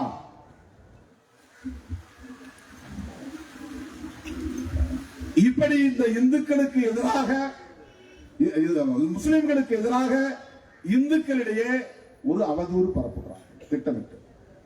ஆனா இந்த மாட்டுக்கறி எல்லாம் அதிகம் வாங்கி எக்ஸ்போர்ட் பண்றவன் யாருன்னா இந்து தான். இந்து மதத்தை சார்ந்தவன் தான் எக்ஸ்போர்ட் பண்றான்.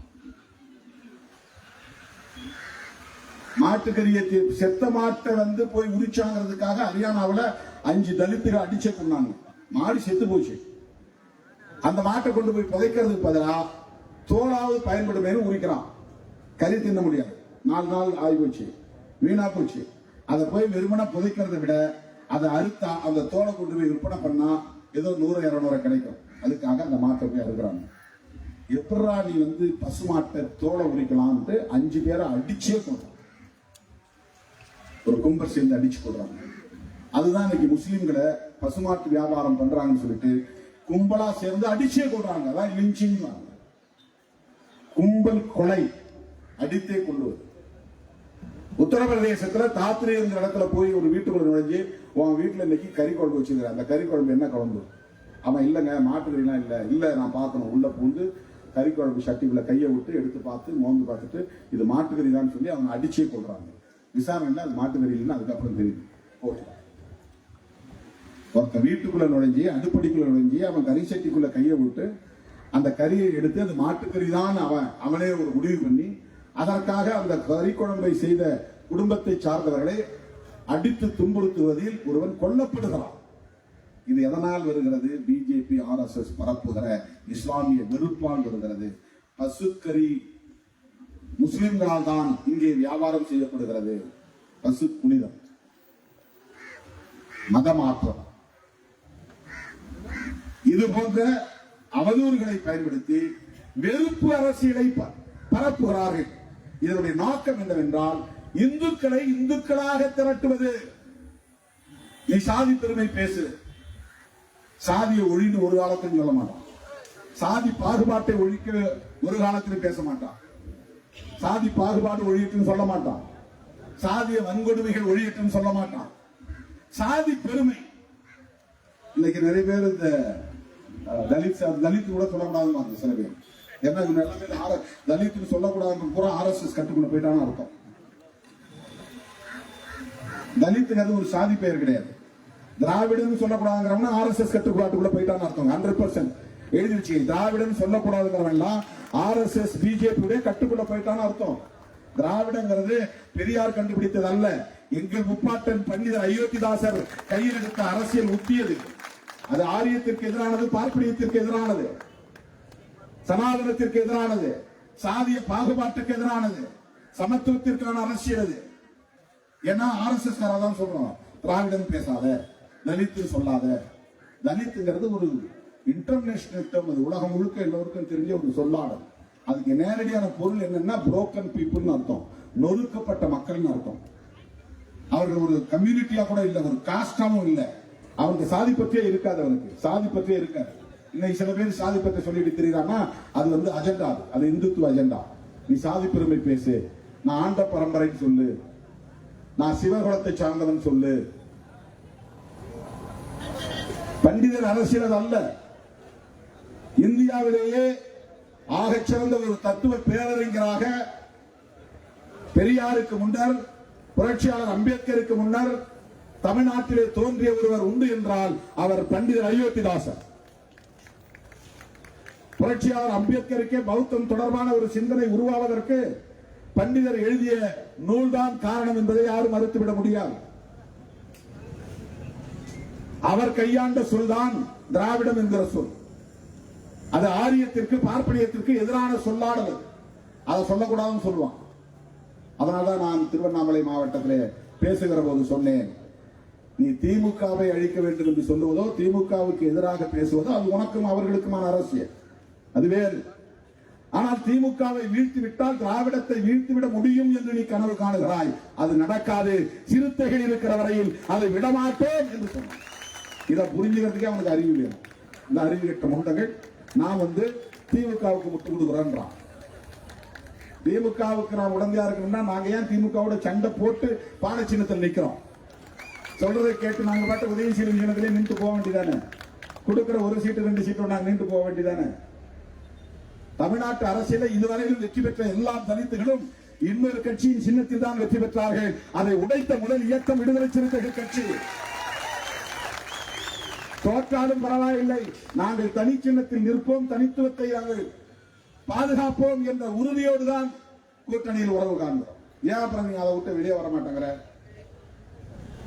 இது ஒரு அரசியலா பேசணும். ஏன் நீ விரும்பினா நான் வரணுமா? உன் ஆசையை நான் நிறைவேற்றணுமா?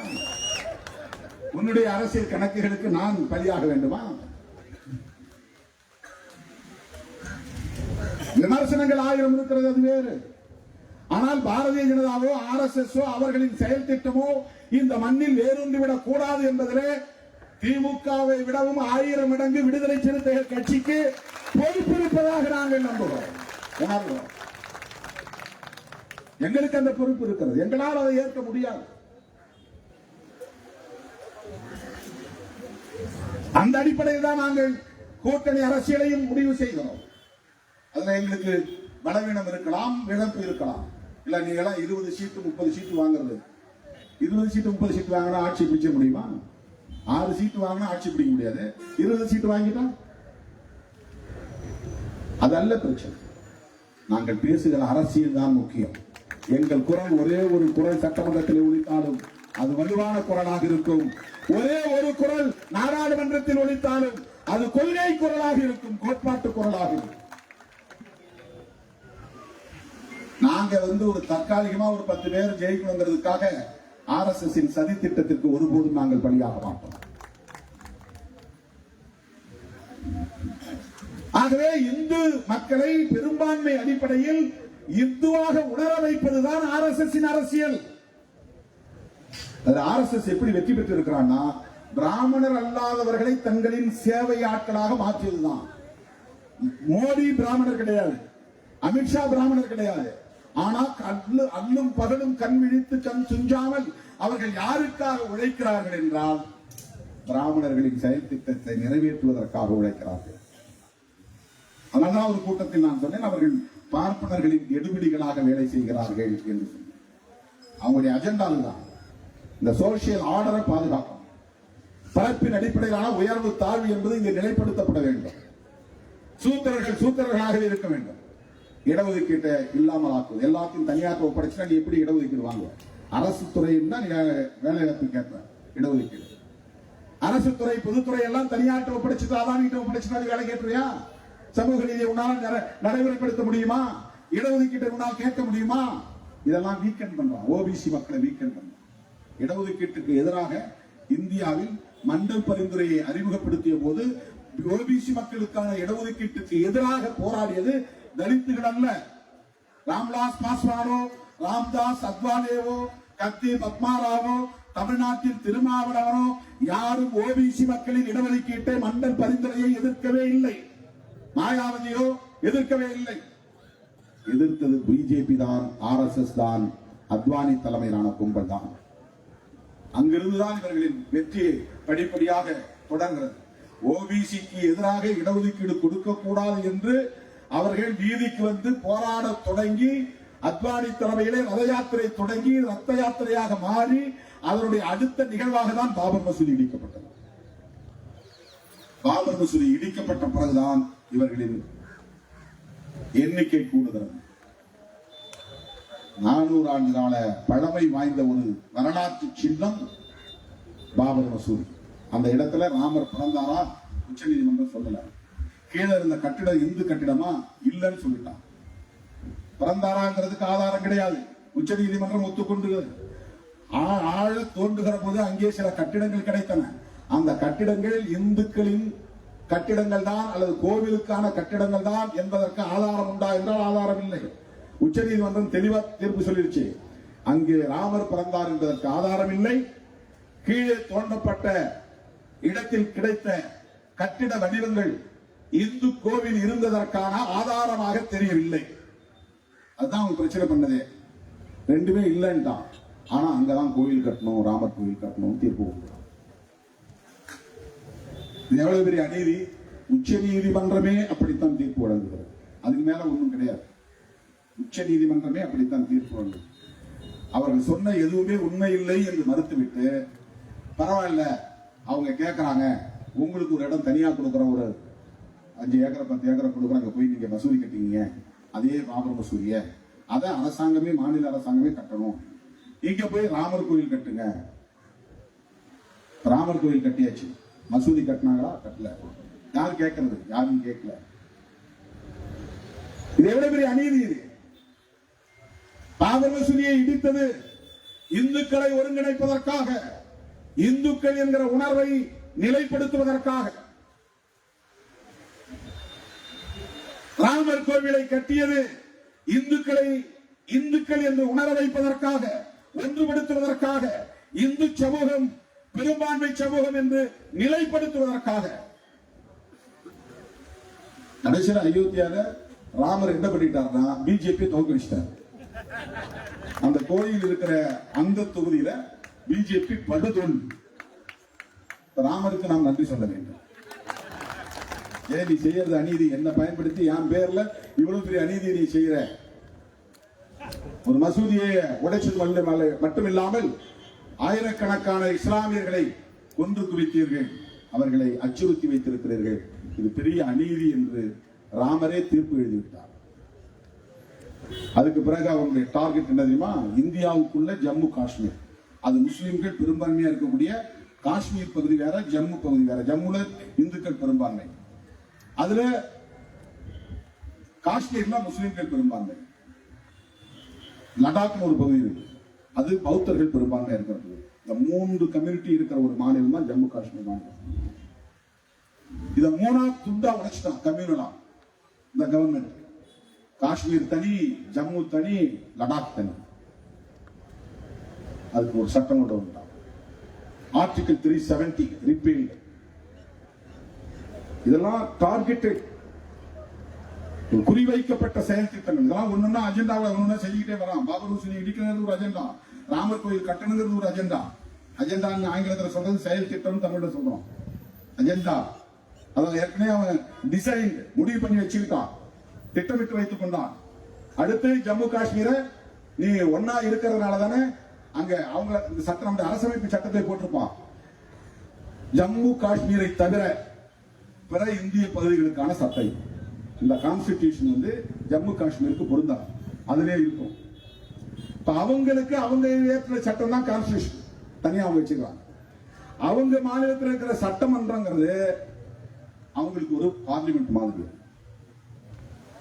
நம்ம பார்லிமெண்ட்ல இருப்பாங்க, நம்மோட இந்திய எல்லைக்குள்ளே இருக்கிறோங்கிறதுக்கான ஒரு பிரதிநிதித்துவம், அவ்வளவுதான். இந்த அக்ரிமெண்ட்ல தான் அவங்க இங்க நம்மோட சேர்ந்தாங்க. பாகிஸ்தான் பிரியும் போது ஜம்மு காஷ்மீர் பகுதியை சார்ந்தவர்கள் பாகிஸ்தானோட சேர்றதா இந்தியாவோட சேர்றதான்னு பிரச்சனை வருது. அப்ப மன்னரா இருந்தவர் பட்டேலோடும் பண்டிட் ஜவஹர்லால் நேரு அவர்களோடும் பேச்சுவார்த்தை நடத்துகிற போது நாங்க அங்க போல உங்க கூட வர்றோம், ஆனா எங்களுக்கான இண்டிவிஜுவாலிட்டி, தனித்தன்மை பாதிக்கப்படக்கூடாது. இங்க யாரும் வந்து இடம் வாங்குறோம், கோவில் இங்க வந்து சுற்றுலாத்தலமா இதை மாத்திக்கிறோம் அப்படின்லாம் வரக்கூடாது அப்படிங்கிற கண்டிஷன்கள் தான் சேர்ந்தாங்க. அது ஒத்துட்டு தான் நேருவும் பட்டேலும் அரசமைப்பு சட்டத்தை உருவாக்கும் போது அம்பேத்கரையும் விவாதிச்சு 370 கொண்டு வராங்க. இது அவனுக்கு கண்ணை உறுத்து 370ங்கிறதையே நீக்கிட்டு அந்த ஜம்மு காஷ்மீர் அவன் கண்ட்ரோலுக்குள்ள கொண்டு வந்து இப்ப யாரும் அங்க போகலாம், யாரும் அங்க நிலம் வாங்கலாம். அதானி தமிழ்நாட்டுக்குள்ள வந்து துறைமுகத்தை கட்ட முடியும், விமான நிலையத்தை கட்ட முடியும், இங்க வந்து முதலீடு செய்ய முடியும். ஜம்மு காஷ்மீர்ல போக முடியாது. அங்க போய் யாரும் வீடு வாங்கி சொந்தமா தங்க முடியாது. அது வந்து உலகத்திலேயே ஒரு சொர்க்க பூமி என்று சொல்லக்கூடிய அளவுக்கான இயற்கையிலேயே எழில் தழும்பும் ஒரு பகுதி. எல்லாம் இமயமலை அடிவாரம், பள்ளத்தாக்குகள், அவ்வளவு அழகான ஒரு பகுதி. ஹெவன் இன் த லேண்ட் என்று சொல்லக்கூடிய அளவுக்கு சொர்க்கம் பூமிக்குள்ளே இருக்கிற ஒரு பகுதி சொல்லக்கூடிய அளவுக்கான ஒரு பகுதி. அங்க போய் இவங்களால ஒரு கெஸ்ட் ஹவுஸ் கட்ட முடியல. யாரும் அதானி அம்பானிக்கு போய் தங்குறதுக்கு, ஓய்வு எடுக்கிறதுக்கு அங்க போய் தங்க முடியல. ஹோட்டல்ல தான் போய் தங்கணும். இப்போ அங்க யாரும் லேண்ட் வாங்கலாம். அதான் அவங்க போய் அங்க இன்வெஸ்ட் பண்ணணும். அவங்களுடைய ஃப்ரெண்டு அதானி அம்பானி போய் அங்க முதலீடு பண்ணணும். அந்நிய நாட்டுக்காரங்க அங்க வந்து இடம் வாங்கணும். யார் வேணாலும் அங்க போய் இப்ப வீடு வாங்க முடியும், அங்க குடியேற முடியும். இது அவங்களுடைய இரண்டாவது டார்கெட், முஸ்லிம்களை பலவீனப்படுத்துவது. அதை முடிச்சுட்டான். பாபர் மசூதி இடிச்சுட்டான், ராமர் கோயில் கட்டிட்டான். அவங்களுக்கு இருக்கிற கடைசியா இருக்கிறது என்னன்னா, உனக்கு பர்சனல் ஆகக்கூடாது, கிறிஸ்டியனுக்கு பர்சனல் ஆகக்கூடாது. அதாவது கிறிஸ்டியனுக்கு வந்து இப்போ அவங்க வந்து மேரேஜ் பண்றதா இருந்தா எப்படி பதிவு பண்ணுங்கிறது சட்டம் தனியா இருக்கு. முஸ்லிம்கள் திருமணம் பண்ணணும்னா எப்படி பதிவு செய்யணும், விவாகரத்து பண்ணணும்னா எப்படி விவாகரத்து பண்ணணும், வாரிசு ஒரு குழந்தையை தத்தெடுக்கணும்னா எப்படி தத்தெடுக்கணும், அவங்க வாரிசு லீகல் ஹேர் யார் அதை எப்படி உறுதிப்படுத்தணும், இதுக்கெல்லாம் தனி சட்டம் இருக்கு. அதான் பர்சனல் லா. இந்து சக்சஷன் ஆக்ட், வாரிசு உரிமை சட்டம் இருக்கு. இந்து மேரேஜஸ் ஆக்ட் இருக்கு. அது மாதிரி கிறிஸ்டியன் மேரேஜஸ் ஆக்ட் இருக்கு. டைவர்ஸ் பண்றது கூட கிறிஸ்டியானிட்டி வேற, முஸ்லீம்ல வேற, இந்துல வேற. இதை சொல்றான். இந்துல ஒருத்தர் வந்து உடனே விவாகரத்து வாங்க முடியாது. கோர்ட்டுக்கு போனா ரெண்டு தரப்புலையும் பயங்கரமான விவாதம் நடக்கும். ஃபேமிலி கோர்ட்ல காம்ப்ரமைஸ் எல்லாம் நடக்கும். அவளை ஈஸியா வாங்க முடியாது. ஆனா முஸ்லீம் மதத்துல தலாக் தலாக் தலாக்னு 3 தடவை சொன்னா விவாகரத்து வாங்கிக்கலாம். இப்படி ஒரு கருத்தை பரப்பி அவன் மட்டும் டைவர்ஸ் வந்து ரொம்ப சிம்பிளா வாங்கிக்கிறான், நம்மளால வாங்க முடியல. இப்படி ஒரு வெறுப்பு. அது அவன் சட்டம், அவன் மதம் காலங்காலமா பின்பற்றப்பட்டு வருகிற ஒரு சட்டம். அதை வந்து எதிர்ப்பாக மாற்றி, வெறுப்பாக மாற்றி இந்த மக்களுக்கு எதிரான வகையில முத்தலாக் சட்டம் தனியா ஒரு சட்டம் கொண்டு வந்தான். கேட்டா முஸ்லீம் பெண்களுக்காக சட்டம் கொண்டு வந்தோம். பெண்கள் போய் இவங்கள்ட்ட முறையிட்டாங்களாம். ஒருத்தன் கல்யாணம் பண்ணிட்டு திடீர்னு போன்ல அல்லது வாட்ஸ்அப்ல முத்தலாக்னு சொல்லிட்டாங்கன்னா என் வாழ்க்கை நடத்திவிட போகுது, நாங்க பாதிக்கப்படுறோம் அப்படின்னு முஸ்லீம் பெண்கள் போய் சொன்னாங்களாம். அதனால அவங்க சட்டம் கொண்டு வந்தாங்க. அதெல்லாம் நோக்கம் முஸ்லீம்களை பலவீனப்படுத்தணும், பர்சனல் லாவை டைல்யூட் பண்ணணும். உனக்கு ஏன் தனி சட்டம், அதை டைல்யூட் பண்ணணும். அதான் அவங்களுடைய நோக்கம். அதுக்குள்ள வந்து முத்தலாக் ஆக்ட் தனியாக கொண்டு வந்துட்டான். ஜம்மு காஷ்மீரை உடைச்சிட்டான். பாபர் மசூதி இடிச்சுட்டு ராமர் கோயில் கட்டிட்டான். இப்போ வக்ஃப் ஆக்டுக்குள்ள தலையிட்டு இப்படி படிப்படியாக சிறுபான்மை மதத்தை சார்ந்தவர்களை பலவீனப்படுத்திக் கொண்டே வருவது எதற்காக என்றால் டோட்டல் இந்து கன்சாலிடேஷன். முஸ்லிம்களை பார்த்தா இந்துக்களுக்கு வெறுப்பு வரணும். ஒவ்வொருத்தரும் தான் இந்து அப்படின்னு நினைக்கணும். சாதியை கடந்து, மொழியை கடந்து, இதுதான் அவனுடைய தேசியவாதம். காந்தி பேசிய தேசியவாதம் இந்தியன் என்கிற உணர்வின் அடிப்படையிலான தேசியவாதம். பிஜேபி RSS வைக்கிற தேசியவாதம் இந்து என்கிற மத அடிப்படையிலான தேசியவாதம். இந்த தேசியவாதத்தை கட்டமைப்பதற்கு இஸ்லாமிய வெறுப்பு அவனுக்கு ஒரு உத்தியாக தேவைப்படுகிறது. இதான் அரசியல். இதை புரிஞ்சுக்கணும். வெறுமனே சட்டத்துக்குள்ள இருக்கிறதுக்குள்ள போகக்கூடாது. அதுல போனா உனக்கு சிலது நல்லதா தெரியும், சிலது கெட்டதா தெரியும். நல்ல விஷயம் தானே, பெண்களை உறுப்பினராக்குவது நல்ல விஷயம் தானே, டிரான்ஸ்பரண்டா இருக்கிறது நல்ல விஷயம் தானே, அதுல இந்துக்கள் உறுப்பினராக இருந்தா என்ன தப்பா இருக்குது? அதல்ல, அவங்களுடைய அல்டிமேட் எய்ம் வேற. முஸ்லிம் கம்யூனிட்டியை அச்சுறுத்துவது ஒரு நோக்கம் என்றால் வெறுப்பை விதைத்து இந்துக்களை அணிதிரட்டுவது என்ற நோக்கம். அப்ப தொடர்ந்து அவன் வெளிப்படையா ஒன்னு டிக்ளேர் பண்ணான், உன் ஓட்டு எனக்கு தேவையில்லை, முஸ்லீமா ஓட்டு போடாத, கிறிஸ்டியனா தேவையில்லை உன் ஓட்டு,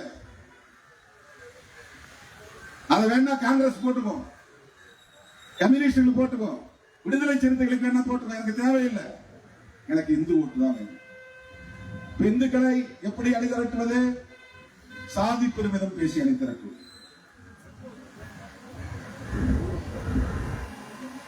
இஸ்லாமியர்களை அந்நிய மதம் பௌத்த மதத்தை இந்தியாவில் தோன்றிய மதங்கிறான், முஸ்லிம் மதத்தை வெளிநாட்டில் தோன்றிய மதங்கிறான். ஆனா வெளிநாட்டில் தோன்றியவர்கள் உருவாக்கிய எல்லாவற்றையும் அவன் பயன்படுத்துகிறான். நீ பயன்படுத்தக்கூடிய போது மைக்கா இருந்தாலும் சரி, லைட்டா இருந்தாலும் சரி, செல்போனா இருந்தாலும் சரி, எது இந்தியன் கண்டுபிடிச்சது சொல்லு, அல்லது இந்து கண்டுபிடிச்சான்னு சொல்லு. ஐன்ஸ்டீன் யார்? இந்துவா? நியூட்டன் யார்? இந்துவா? Alva Edison, Thomas Alva Edison யார்? இந்துவா? யாராவது ஒரே ஒரு விஞ்ஞானி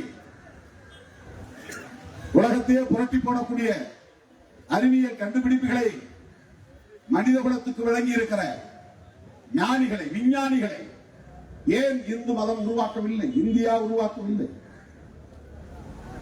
இதுக்காக உன்னால பதில் சொல்ல முடியுமா? அவன் பயன்படுத்துற விமானத்தை அவன் கண்டுபிடிக்கிறான், நீ விமானத்துல பறக்கிற. அது மட்டும் அந்நியன் கண்டுபிடிச்ச உனக்கு வேணும்.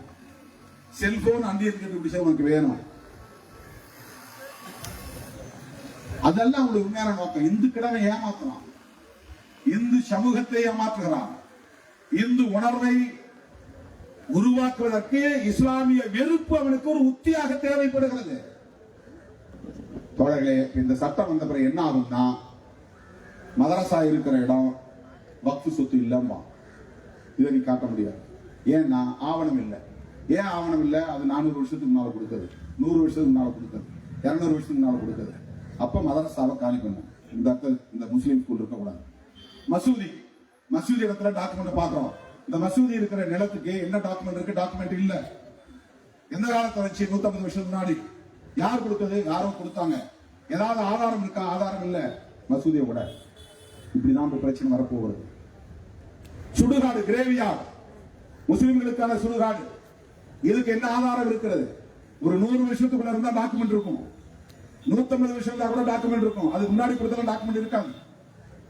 தப்பி தவறி செப்பு பட்டை இருந்தா ஓகே, பட்டை இல்லைன்னா யார் அதெல்லாம் பாதுகாத்து வச்சிருப்பாங்க? இஸ்லாமியர்களின் சொத்துக்களை இந்த பெயரால் இனி அபகரிப்பதுதான் அவர்களின் நோக்கம். அபகரிப்பது மட்டுமல்ல, அதன் மூலம் இந்துக்களுக்கு முஸ்லிம்களுக்கும் இடையிலே வன்முறைகளை தூண்டுவது அவர்களின் நோக்கம்.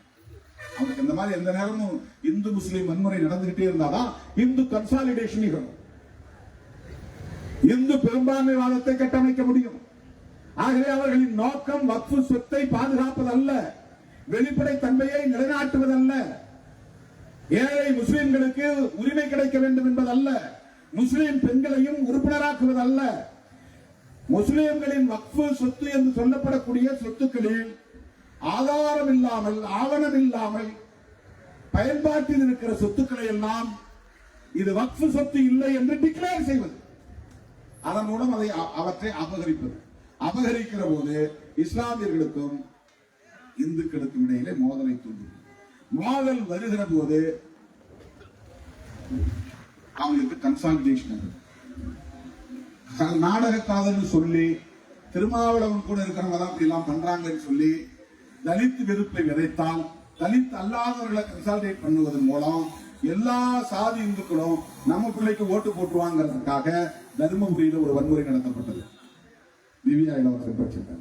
அந்த தருமபுரியில நடந்த நாயக்கன்பட்டாய் பக்கத்தில் நடந்த நத்தம் கிராமம் தாக்கப்பட்டது தேர்தலுக்காக நடத்தப்பட்டது.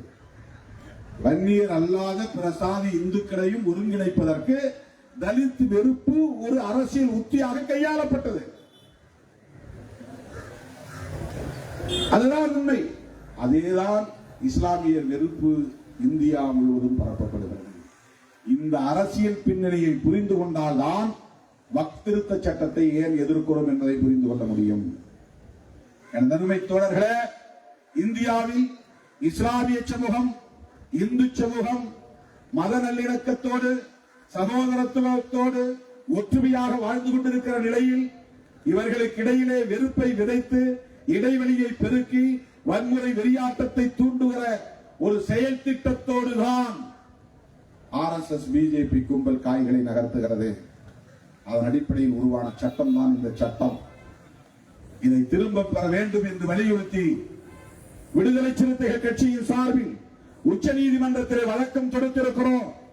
இஸ்லாமிய சமூகத்தோடு, கிறிஸ்தவ சமூகத்தோடு, சிறுபான்மை சமூகத்தோடு அரசியல் ரீதியான அடிப்படையிலே நாம் உறவை கொண்டிருக்கிறோம், கொள்கை அடிப்படையிலே உறவை கொண்டிருக்கிறோம். ஜனநாயக அடிப்படையில் உறவை கொண்டிருக்கிறோம். இந்திய சமூகத்தின் ஒற்றுமையை நிலைநாட்டுவதற்காக, மத நல்லிணக்கத்தை பாதுகாப்பதற்காக RSS உள்ளிட்ட சனாதன கும்பல் முன்னெடுக்கிற இந்த ஆபத்தான அரசியலை அம்பலப்படுத்தும் நோக்கில்தான் இன்றைக்கு இந்த ஆர்ப்பாட்டத்தை தமிழ்நாடு முழுவதும் நடத்தியிருக்கிறோம். சட்டம் நிறைவேற்றப்பட்டிருக்கலாம், ஆனால் அந்த சட்டத்தை உடைக்கிற ஆற்றல் மக்களுக்கு உண்டு.